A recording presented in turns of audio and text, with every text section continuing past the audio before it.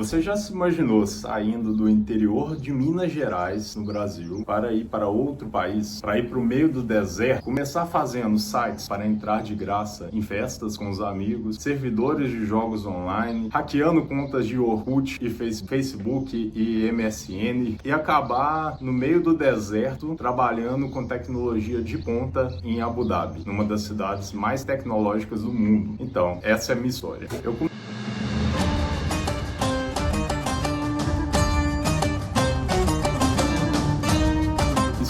comecei a programar lá pelos 16 anos, eu ganhei meu primeiro computador, passava a madrugada inteira na internet pesquisando tutoriais de como hackear o Orkut, como hackear MSN, só coisa errada, como fazer jogos, como funcionava a internet, como fazer sites. Então não tinha nenhuma ideia de ganhar dinheiro, trabalhar com isso. A minha ideia era mais entender como que as coisas funcionavam e criar coisas, fazer coisas novas, testar coisas, fazer vírus, Era muita ideia errada no início. Eu conheci um amigo, o Leandro, a gente fez um site de fotos logo na nossa adolescência, chamava Os Aparecidos, aqui você aparece, e esse site de fotos foi muito importante para que eu aprendi a programar com ele. Então o Leandro já sabia bem mais do que eu, ele foi me ensinando ali HTML, PHP, CSS, o Flash e outras tecnologias. A gente foi fazendo o site,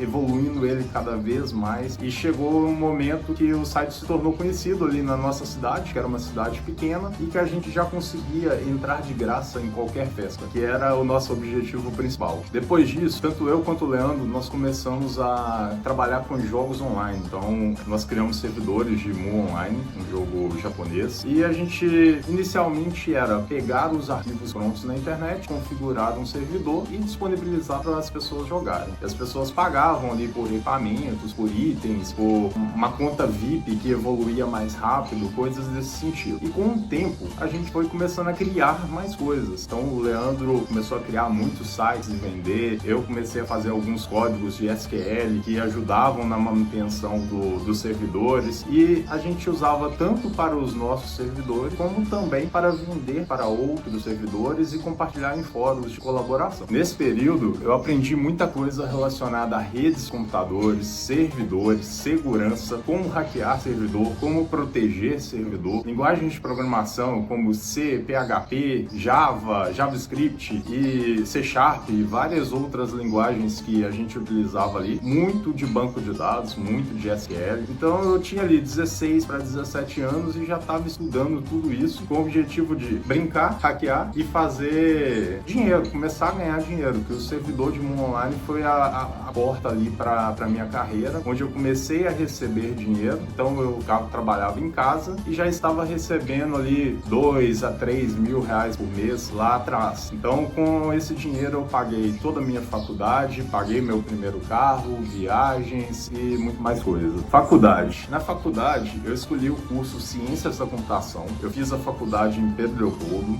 Tive professores excelentes. Tinha um professor de redes, Mário, que as aulas dele eram perfeitas. O Orlando, o Júlio, muito professor bom. Tive professores ruins também, né, Marília? Mas faz parte. Durante a faculdade, tudo que eu aprendia, eu já aplicava no meu servidor de Mu Online. Então, o site, a loja virtual, otimização de banco de dados, tudo relacionado a redes, servidores, segurança, plano de marketing, gestão de projetos. Então, toda a minha faculdade foi, durante o dia, trabalhava em casa com meu servidor, aplicando coisas que eu estava aprendendo na faculdade e estudando por fora, é claro. E à noite, trocando experiências com os colegas, com os professores, aprendendo mais um pouco. Durante a faculdade, eu tinha uma visão de que muitas matérias eram inúteis, matérias não eram técnicas, que eram mais de comportamento. Então, minha cabeça ainda era muito fechada para isso. Eu achava que era perda de tempo, mas com o passar dos anos, eu fui entendendo a importância delas. E tudo que eu fazia, eu compartilhava compartilhava com outros administradores de servidores, com fóruns de colaboração. Então, eu não só estudava, então eu vivia a teoria e a prática ali ao mesmo tempo. Inclusive, o meu TCC foi a construção de um antivírus para detectar programas ocultos. Então, no meu servidor, alguns players estavam usando programas de trapaça. Eu criei uma DLL, um programinha para conseguir identificar esses programas e fechar o jogo quando eles estivessem abertos. Só que eles encontraram um programinha que transformava os vírus, né, os programas de trapaça, em programas invisíveis. Então, eu acabava burlando o anti-hacker do sistema. Eu procurei o meu professor Orlando na época e passei para ele o problema que eu estava enfrentando e perguntei como que eu poderia resolver isso. E ele me falou: você tem um ótimo tema de TCC, se vira. E comecei a pesquisar, ainda faltavam uns 2 anos para terminar a faculdade, já comecei a pesquisar sobre isso. Não tinha material, não tinha nada na internet sobre isso. Achava um ou outro artigo de uma mulher russa e de um chinês. Então, me baseei neles, fui testando, quebrando a cabeça e consegui resolver o problema. Então, meu TCC começou aí, resolveu um problema meu e teve sentido, né? Teve valor. Então, foi uma experiência bem bacana. Minha primeira experiência de mercado foi na Holcim, uma empresa cimenteira em Pedro Leopoldo. Foi um estágio premium, que o estágio da Holcim era muito bom. A bolsa de estágio era maior do que um salário de um júnior que trabalhava em qualquer lugar da região. Então, era algo bem atrativo e bem concorrido. Então, eu consegui fazer a entrevista, fui aprovado, comecei a trabalhar com pessoas fantásticas dentro da Holcim. Tinha o Douglas, o Fred, a Daiane, depois veio a Carol. E eu entrei lá muito tímido mesmo. E lá, além de aprender muito sobre tecnologia, resolver problemas, pensar de forma lógica, eu fui meio que perdendo um pouco da timidez. Hoje eu ainda sou tímido, mas sou muito melhor do que eu era antes. E isso foi a principal coisa que me aconteceu na Holcim. Desde o primeiro dia lá, desde chegar na empresa, o Douglas vira pra mim e fala: tá tendo uma reunião na sala de apresentação com toda a empresa e o projetor deu problema. Eu preciso que você vá lá e conserte. Eu falei com ele que era meu primeiro dia, que eu não conhecia nada, que eu não sabia onde era, que eu nunca tinha mexido num projetor. E ele falou: vai lá, você consegue. Se você não conseguir, você me chama. Eu cheguei lá tremendo de medo, dei bom dia, me apresentei e fui até o computador, né? Todo mundo me olhando, umas 100 pessoas no auditório. Eu encostei no cabo HDMI e funcionou. Foi aquele alívio. Então eu voltei até a sala do Douglas e ele meio que brincou, falou que ele ia lá, que ele tava mais brincando comigo, mas que eu peguei e fui, então que isso era ótimo e tal. E aí começou assim essa experiência. Tem um fato interessante que nem sempre a gente deve ouvir os amigos e os colegas. Quando eu comecei na Holcim como suporte, como estagiário de suporte, eu fui no aniversário de um amigo meu e lá encontrei um outro colega meu que já trabalhava há muito tempo com tecnologia. Então ele era já conhecido, ele é mais velho, né? Já era conhecido na cidade como quem trabalha com tecnologia aqui é fulano. E aí eu fui todo empolgado para falar com ele, que eu tava começando, que eu comecei no estágio, e ele já virou e falou todo arrogante: suporte é peão da tecnologia, sai fora disso. Eu não sabia com que ele trabalhava especificamente, fiquei sem graça, mas não dei a mínima, porque eu tava aprendendo todo dia uma coisa nova ali, então pra mim tava sendo excelente. Pra mim, naquele momento, eu ia querer trabalhar com suporte assim o resto da vida, porque todo dia era um desafio novo, você tinha que resolver um problema, nem sempre a mesma coisa que você fazia hoje resolvia o problema de amanhã, que o sintoma era o mesmo. Então você tinha que se virar, aprender a pesquisar, aprender a resolver problema. Então foi uma tecnologia muito legal. E detalhe, esse colega, hoje ele tá fora do mercado, ele não consegue realocar no mercado e é uma pessoa que meio que a arrogância prejudicou muito a carreira dele e acabou ficando desatualizado. E esse mercado de tecnologia, se você não tá atualizado, você tá fora. Então é algo que você não pode parar de estudar, você não pode ser arrogante, você tem que ser colaborativo, você tem que ter uma rede de relacionamento. Então não é só ser bom tecnicamente, é muito além disso. É o mundo dá voltas, né? Eu estava na Holcim há 1 ano e meio, meu estágio estava prestes a terminar porque eu estava formando na faculdade. Lá não tinha a cultura de contratar o estagiário. Eles eram conhecidos como formadores de mão de obra para concorrência. Eles treinavam vários estagiários, os estagiários chegavam lá sem saber nada, saíam de lá sabendo muito, não tinha vaga para contratação e acabavam indo para as concorrentes, para as outras empresas da região. Então eu já entrei sabendo que eu ia fazer o estágio e que não ia ter uma vaga para mim depois do estágio. Então quando eu estava já chegando no finalzinho do estágio, eu já pensei, eu tenho que conseguir outro emprego para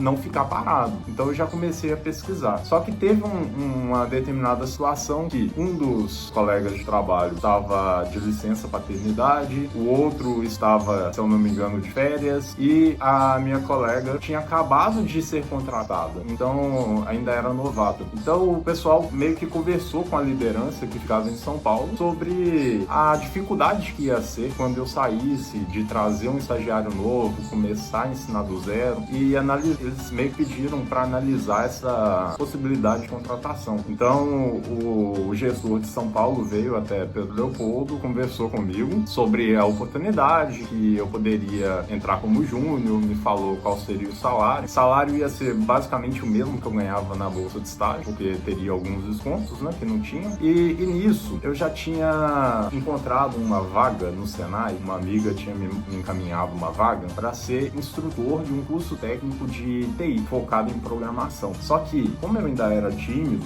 muito mais do que sou hoje, eu estava morrendo de medo de como é que eu vou entrar numa sala de aula cheio de aluno, eu vou começar a tremer, eu vou travar, eu não vou falar nada. Então acaba que eu tava meio travado, tava meio com medo. Então eu decidi ir para a entrevista. Eles falaram que ia ser uma conversa com o diretor e uma prova técnica. A prova técnica seria configurar uma rede Wi-Fi na escola. Eu cheguei na Holcim e falei, pessoal, vou fazer uma prova no Senai, vou ter que configurar uma rede Wi-Fi, preciso aprender a fazer isso, porque aqui, quando eu cheguei, já estava tudo pronto, então eu só dei manutenção, eu quero fazer do zero. O Douglas e o Fred meio que desfizeram a rede toda da empresa para me ensinar a configurar o servidor, configurar os hotspots, configurar tudo do zero, isso em um dia. Então eles me ensinaram a trabalhar com tecnologia de ponta da época de redes, para eu poder fazer essa prova no Senai. E aí eu trabalhei de tarde na Holcim e de noite eu fui fazer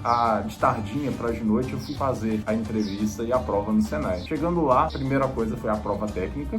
O supervisor me apresentou na sala dos professores para os colegas e falou que eu ia fazer uma prova, que eu ia configurar a rede. Eu tava esperando uma sala de servidores com equipamentos que eu nunca tinha visto. Aí ele chega para mim com um roteadorzinho da TP-Link, modelo igualzinho que eu tinha em casa, e fala, a gente precisa instalar esse roteador aqui e colocar uma senha nele. Você tem meia hora para fazer isso. Eu falei, tem alguma pegadinha? Eu pensei, tem alguma pegadinha? Não tem como ser só isso. Fui lá, peguei o manual do roteador na internet, resetei a senha de administrador, configurei a rede, fiz todas as configurações e com 5 a 10 minutos chamei o supervisor e falei que estava pronto. Aí ele falou, tem certeza? Não quer conferir? Você ainda tem 25 minutos, 20 minutos? Eu falei, não, eu tava ainda achando que tinha uma pegadinha, mas falei, o que você pediu tá pronto. Ele testou, falou, excelente, apresentou para a unidade, como que agora eles tinham uma rede Wi-Fi. Aí eu vi que, a escola ainda era muito pequena, ainda estava começando, ainda era muito precária a tecnologia, então que ia ter um longo caminho ali pela frente ali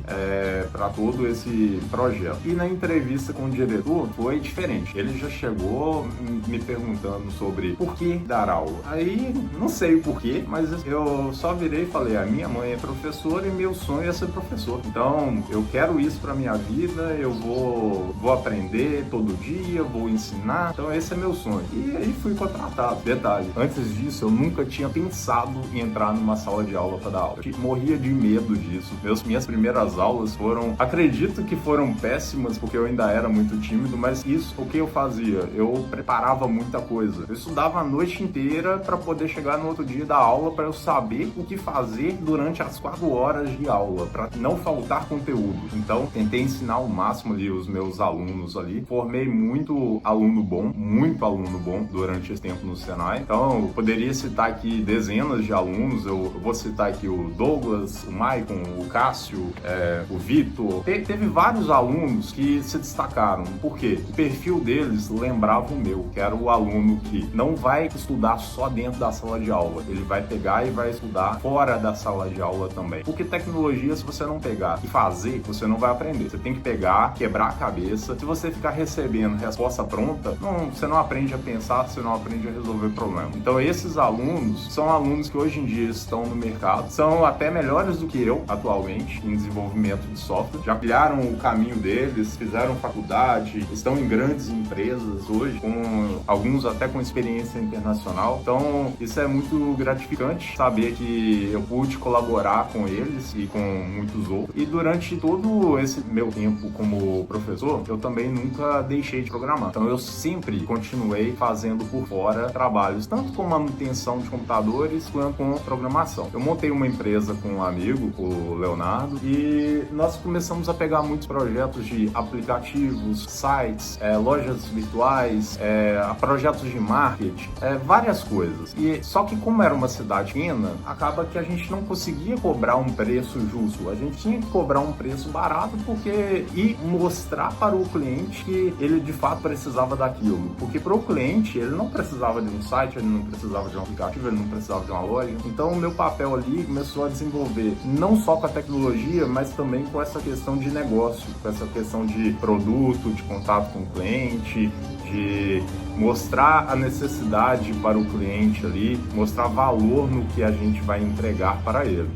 Depois disso, atuamos também numa rede social, numa startup, numa rede social de trocas de produtos e serviços. Então, eu tive o apoio do Leonardo também nessa startup. E, recentemente, a gente desenvolveu uma rede social para corretores de imóveis e um aplicativo para um projeto universitário de fotos de festas embaladas. Então, acaba que a gente, uma turma de marketing, estava precisando fazer o TCC e nos contratou para fazer um MVP ali de um aplicativo que foi a ideia dele. Então a gente sempre puxou esse tipo de projeto ali e eu sempre trabalhei manhã, tarde e noite, porque eu dava aula ou manhã e de tarde no Senai ou tarde e noite, e no meu horário de folga eu estava fazendo alguma outra coisa, além de estudando, treinando e namorando e fazendo outras coisas. Então, nesse momento, eu estava com a seguinte sensação: tudo que eu testei na área de tecnologia, eu gostei. Comecei com suporte, gostei, achava que eu poderia trabalhar com aquilo para sempre. Comecei a dar aula, gostei, achava que eu poderia trabalhar com aquilo para sempre. Estava programando, gostando. Então, todas as áreas da tecnologia que eu tive contato me atraíram bastante. No Senai, eu poderia ficar lá o resto da vida, eu acho. Que eu entrei meio que na zona de conforto, porque eu estava dando aula e também estava desenvolvendo. Então, eu gosto muito de desenvolver e também gosto muito de dar aula. Então, tava bom. Só que o Senai entrou em crise por volta de 2014, 2015. O Brasil inteiro entrou em crise, né? O governo Dilma deu um calote enorme no Pronatec. Várias escolas do Senai fecharam pelo Brasil. Eles meio que fizeram assim, a gente tá devendo vocês, mas a gente não vai pagar, e se vocês não continuarem ofertando o curso, a gente não vai pagar nada. Se vocês ofertarem a próxima turma, a gente paga metade da turma anterior. Se vocês não ofertarem, a gente não paga nada. Então, ou seja, vou te roubar. Você escolhe o quanto será roubado. Então, nessa época, a FIENG passou por uma situação bem complicada. Começou a demitir em massa muita gente. Muitos colegas bons de trabalho foram demitidos. E muitas escolas fecharam. Foi tenso. Então, todo mundo estava trabalhando nessa época, indo para trabalhar sem saber se voltava empregado ou desempregado. Após esse período, a FIENG parou de ofertar esses cursos Pronatec, que era um curso gratuito ali, subsidiado pelo governo, e começou a ofertar somente cursos pagos. Só que o problema é que a população já estava acostumada com, além de fazer o curso de graça, receber para estudar. O aluno recebia transporte, bolsa de meio salário, alimentação,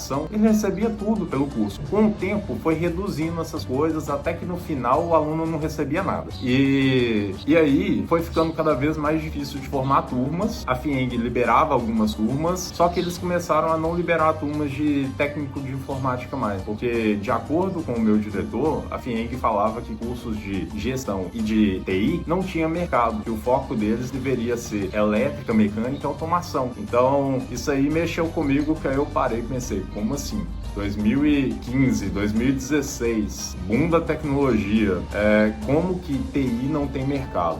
Aí eu comecei a pensar que talvez eu não estivesse no lugar certo e que aquilo ali talvez não fosse para mim. Após isso, eu fui desafiado a aceitar um desafio dentro do Senai para dar aula dentro de uma empresa japonesa que produz circuito elétrico para carro, a Yazaki Makuzinho. Então, inicialmente eu não queria, porque é algo totalmente fora da minha área, não tinha quase nada relacionado à tecnologia e eu meio que sentia que eu ia ficar desatualizado na minha área se eu fizesse isso. Só que acabou que, momento de crise, insegurança, eu topei o desafio, fui aprender, fui para dentro da empresa, fiquei meio ano lá estudando todos os processos da empresa, fazendo todos os treinamentos, com muito apoio tanto da empresa quanto dos colegas do Senai. A empresa montou um laboratório como se fosse uma linha de produção dentro do Senai. Então o projeto deles é fantástico, que é um projeto que pega alunos, ensina tudo que a empresa faz, todos os processos, forma o aluno e quando termina, praticamente todos eles são contratados. Então é um projeto social muito interessante. Dentro desse projeto, eu vivi na prática ali muita coisa interessante. Toda a parte de metodologias de qualidade, metodologias de produção, toda a parte japonesa ali, o Lean, Kanban, foram os primeiros passos ali da agilidade no TI. Então a agilidade começou ali na Revolução Industrial, ali nesses pontos. Então esses pontos que eu vi, eu achei muito interessante que fazia com que as pessoas trabalhassem de forma mais eficiente, reduzissem desperdício, de forma mais segura e com propósito. Reuniões rápidas, objetivas. Então isso foi algo que me segurou um tempo mais no Senai, porque esse projeto estava me fazendo aprender algo novo que eu tinha visão de que seria útil para mim. Então, mesmo eu não estando dando aula de programação, eu estava aprendendo algo que eu queria aprender. Só que aí veio a crise, a pandemia, e aí tudo mudou. Então, todas as escolas fecharam, o salário foi reduzido pela metade. A minha turma foi a única que não parou em nenhum momento da pandemia, pois eu estava dando aula dentro da empresa e a empresa não parou. A empresa tomou um monte de medidas de distanciamento.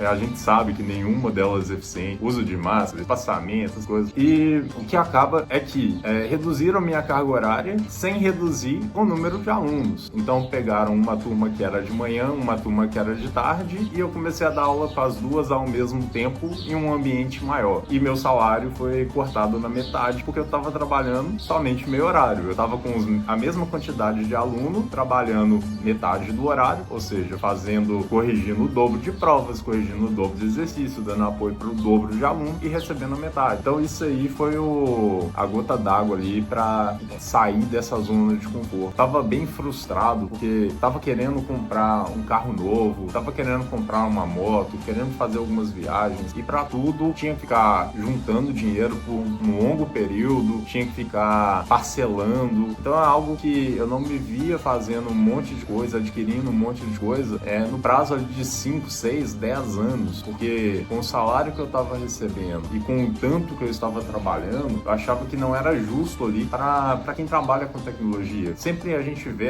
ótimos salários, várias oportunidades pelo mundo afora. Então eu meio que tracei uma meta ali de mudar isso, de voltar para o mercado de programação. Conversei com um ex-aluno Douglas, que estava super empolgado ali, que ele estava no mercado, estava com ótimas oportunidades financeiras ali de emprego, conciliando até mais de um emprego por vez, ganhando muita grana no início da carreira dele ali. E isso aí me motivou a pensar, vou fazer diferente, vou estudar, vou me atualizar e vou voltar para o mercado. Então eu conversei com o meu ex-aluno, o Douglas, que já estava no mercado de trabalho há um tempo, já estava conseguindo bons salários, estava muito motivado e empolgado ali com a vasta oferta de serviços na área de tecnologia. E ele me perguntou, cara, o que você está fazendo no Senai ainda? Você tem que vir para o mercado de trabalho, você vai ganhar 2, 3, 4 vezes mais do que você está ganhando aí muito rápido. Só que eu ainda estava inseguro, porque esse tempo dando aula na Yazaki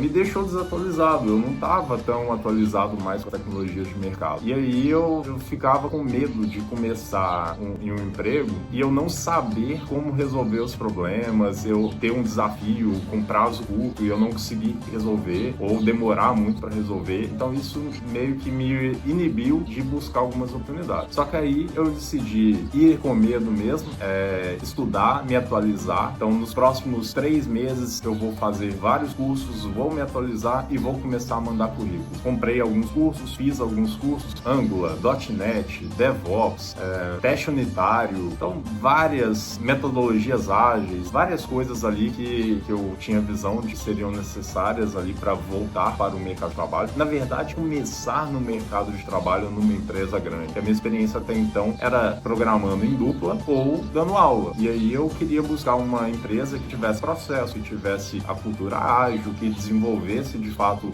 produtos para muitos clientes de impacto. E aí eu fui pro LinkedIn, atualizei meu LinkedIn, encontrei 3 vagas, uma inclusive foi uma amiga que comentou comigo sobre ela, mandei meu currículo, na mesma semana me chamaram para 3 entrevistas, fiz as 3 entrevistas e passei nas 3. Eu escolhi ir para a TOTO por causa que o projeto era muito legal. Já na entrevista, o Luciano, que era o meu gestor, já falou, o projeto é algo totalmente inovador, é algo que a empresa ainda não tem. A ideia surgiu num evento de ideias e ganhou um prêmio, e a diretoria da empresa comprou a ideia e está investindo para que essa ideia se torne um produto. Vamos criar um software de assinatura eletrônica e que vai atender tanto os nossos clientes como o público em geral.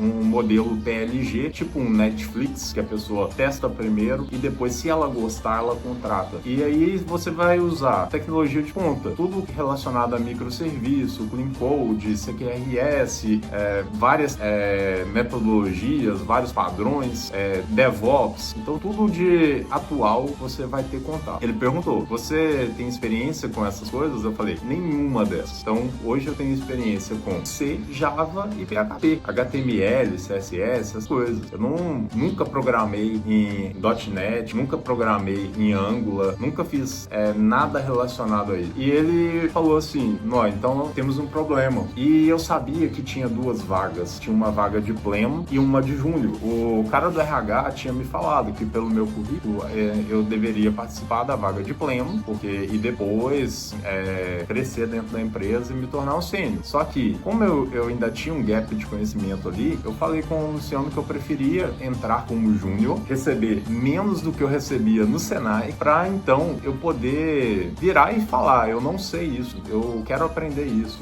me ajuda nisso, ter mais liberdade para de fato aprender lá dentro. E foi isso que aconteceu. Ele me passou uma prova técnica, ainda estava muito inseguro ali se eu ia conseguir ou não, né? Ele passou uma prova técnica, eu peguei para fazer, eu tive 3 dias para fazer, eu tive que fazer um módulo de uma faculdade, cadastro de turma, cadastro de professor, atribuir turma ao professor, essas coisas. E eu poderia fazer em qualquer linguagem. Ele falou, faça na linguagem que você se sentir mais confortável. Então eu poderia fazer nas linguagens que eu domino. Só que aí eu decidi fazer nas linguagens que eles trabalhavam, porque aí eu já ia estar estudando para aprender a linguagem e já ia estar fazendo a prova. Só que o risco de não conseguir fazer a tempo era muito maior. Eu fiz isso, chegava do Senai e começava a programar, ficava até de madrugada, no outro dia ia pro Senai, chegava do Senai, programava de novo. Chegou no último dia, eu já tinha quase tudo pronto, ainda faltava algumas coisas e já estava na hora de enviar. Eu mandei e coloquei vários comentários falando o que mais eu faria se eu tivesse mais tempo.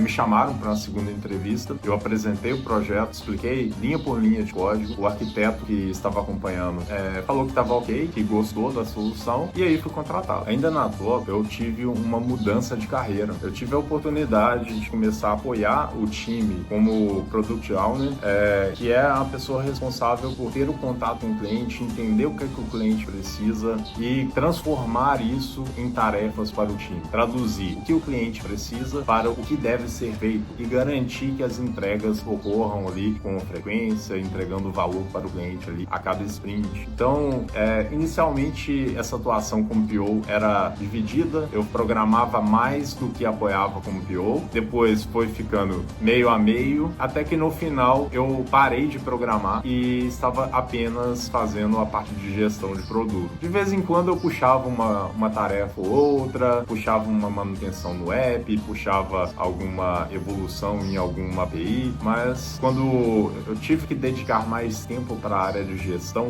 aí eu precisei abrir mão mesmo da programação e focar 100% na área de produto. Aí eu busquei certificação certificações, busquei me atualizar, e isso foi bom para mim, porque fez com que eu desse um salto de carreira muito rápido dentro da empresa. Então, por exemplo, na TOTVS eu fiquei na empresa por cerca de 4 anos, eu fui promovido 3 vezes nesse intervalo, tive aumento de salário em uma das janelas de aumento salarial. Então, muitas pessoas de empresas grandes como essa ficam anos e anos e anos para ter oportunidade de um aumento de salário. Como a minha evolução foi muito rápido, eu entrei como júnior, já tendo capacidade de ser pleno. Então, com 4 meses eu subi para pleno. Depois de algum tempo eu virei sênior, depois eu mudei para analista de produto e fui crescendo dentro da empresa, fui resolvendo problemas, me tornando conhecido, ajudando, tendo o apoio do meu time, que era excelente, e é excelente, né? Eles ainda estão lá fazendo um ótimo trabalho. Mas algumas experiências na TOTVS não foram tão legais, porque a gente queria que o produto crescesse numa velocidade muito grande, a gente se sentia o dono do produto, de fato. A gente queria que o produto se destacasse, crescesse, contratasse mais pessoas, e a empresa tem uma estratégia mais tradicional, mais resguardada ali, de não arriscar muito. Então, eles mantêm o time com um tamanho muito reduzido, um time pequeno, e as entregas ficam num ritmo que a gente poderia fazer mais, a gente queria fazer mais, só que não é possível. E isso acaba causando uma frustração, além da questão do salário, que o salário não é 100% ali compatível com o salário de mercado. Então, tinha algumas vagas de emprego que oferecendo R$2.000, R$3.000 a mais do que eu ganhava e para a mesma atuação. E eu estava fazendo muito mais do que o papel de um PO. Estava fazendo toda a questão de apoio às integrações, apoio ao suporte, apoio a clientes. Então, acaba que eu estava meio que me sentindo muito frustrado, porque na minha visão, quase todos os funcionários da empresa, os bons, eles entregam muito mais do que eles recebem por. Então, é algo que não é legal. Acho que isso também tem muito a ver com a questão do CLT. Então, quando a gente vê oportunidades PJ pagando quase o dobro do que você recebe no CLT, isso mexe um pouco com você. Então, para lidar com essa frustração, eu meio que tracei uma meta que a cada 5 anos eu queria dobrar o meu salário.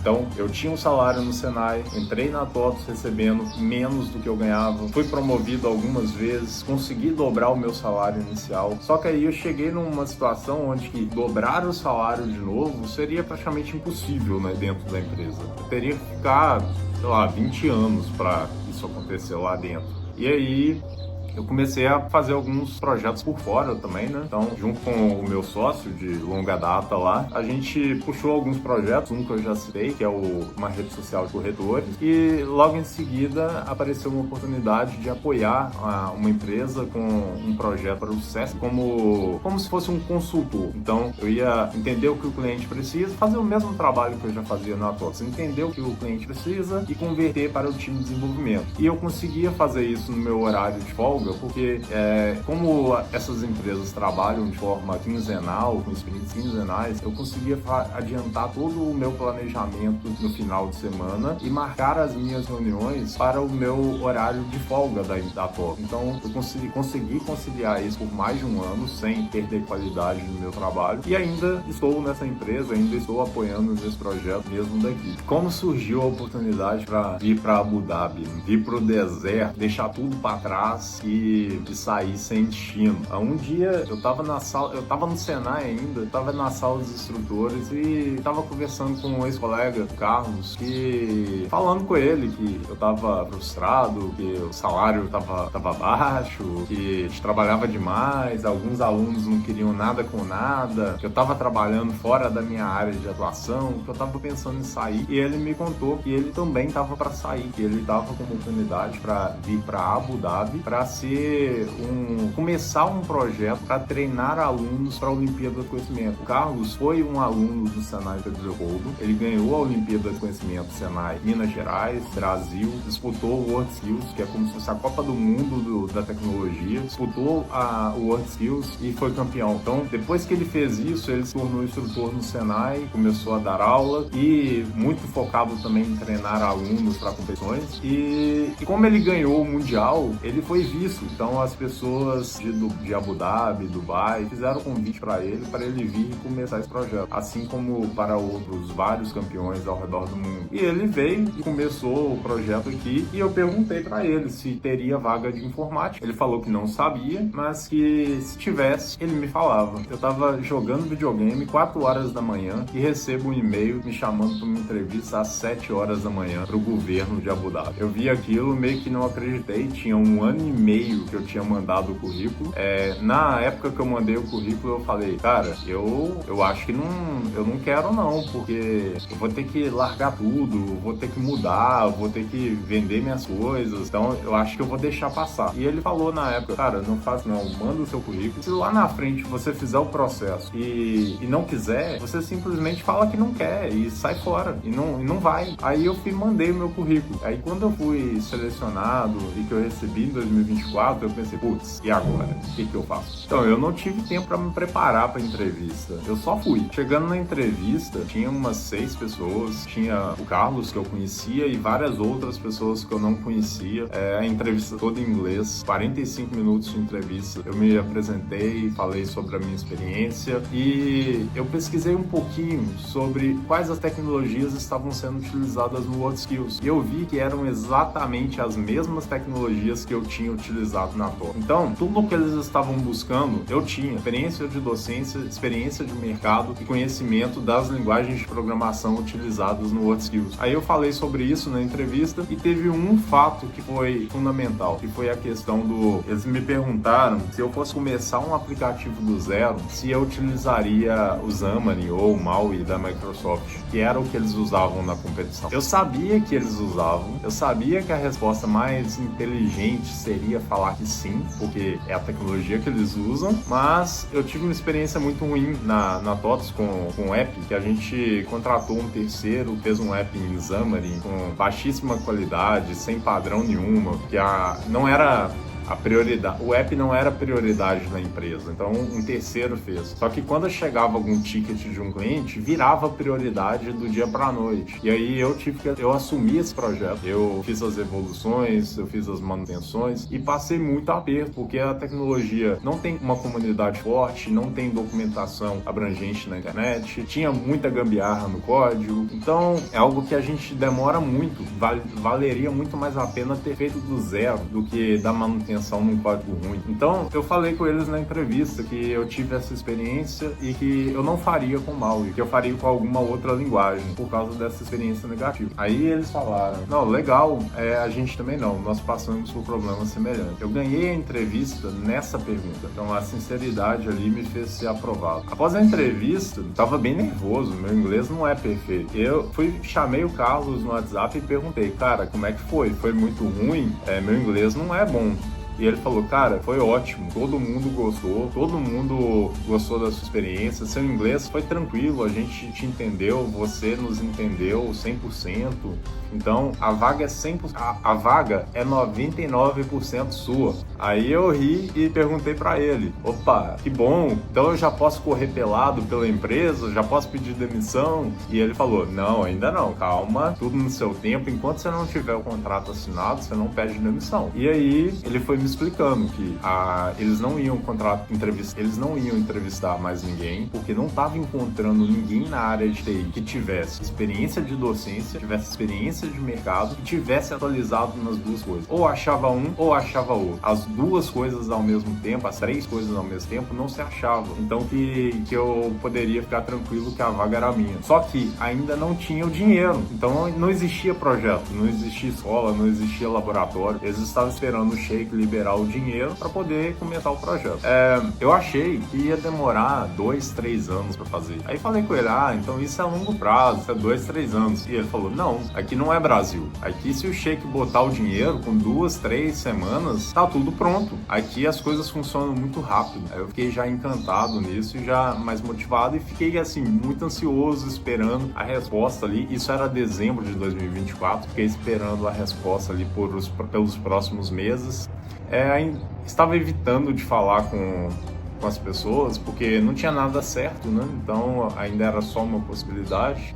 E aí eu guardei pra mim ali por alguns meses, né? Até que chegou a resposta. Ali no inicinho de março, eu recebi um e-mail falando para enviar os documentos, que eu tinha sido aprovado e falando sobre as próximas etapas. Longas semanas aguardando a resposta. Aí eu descobri que 2 amigos do Senai também estavam participando na área de elétrica e também estavam ansiosos pela resposta. A gente ficou madrugadas inteiras com o celular do lado do ouvido ali, esperando a ligação, e a ligação não chegava.